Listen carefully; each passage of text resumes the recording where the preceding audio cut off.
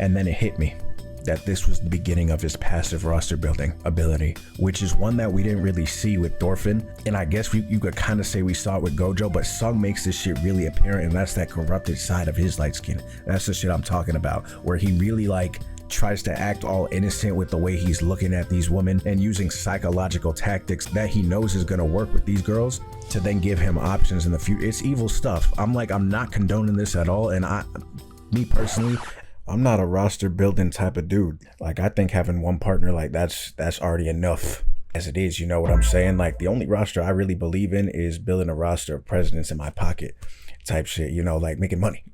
So that's my type of roster building, specifically Benjamin's though. That's more my speed, because we had Jiggly Jew here talking about how if he's in the area, she'll just give her a call, she'll show him around, and he's looking at her like he knows damn well he's not going to Wichita to Kentucky. But nonetheless, he says fair enough, and when that happens, I'll cash in our rain check, which in simplest terms is his buyback clause. And he's looking at this conversation as if it's an innocent thing, like we may or may not see each other again. He knows damn well she's gonna strut her ass home and be thinking of him as soon as she lays her head on the pillow that night. Because JJ, in this position, probably wanted Sung to be like, nah, stay girl, like please, I need you. But he knows this, and that's the problem. You know, you've changed a lot, Sungy.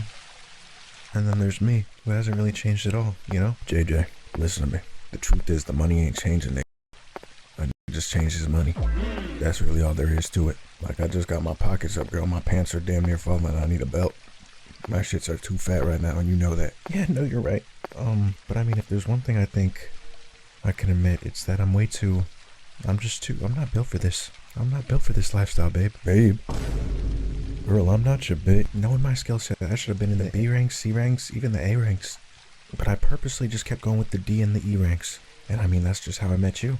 And now every time I just kept finding myself in the same spot, healing you over and over again. And in our first couple dungeon dives, seeing you get hurt over and over again, I'm not gonna lie, that shit pissed me off. There were a couple times where I almost just let you sit out there, bleed out, fend for yourself, you know? But I saw that passion, that fervor, that ferocity in your eyes. And that fire burned so deep that it burned an image into my brain. And I constantly think about it, that look of yours. And it seems like as you've been progressing, that look has been getting more and more, just something about it. Sung, there's just something about that look. And the more I'm with you and the more I see you developing this look, I just find myself getting more and more primal almost. There's so many different conflicting emotions in my head, Sung. And that's why I feel like I need to step away. We promised to go out to eat somewhere, but now with the rate I see you growing, and I wish you just promised to eat my big, you know, it's just...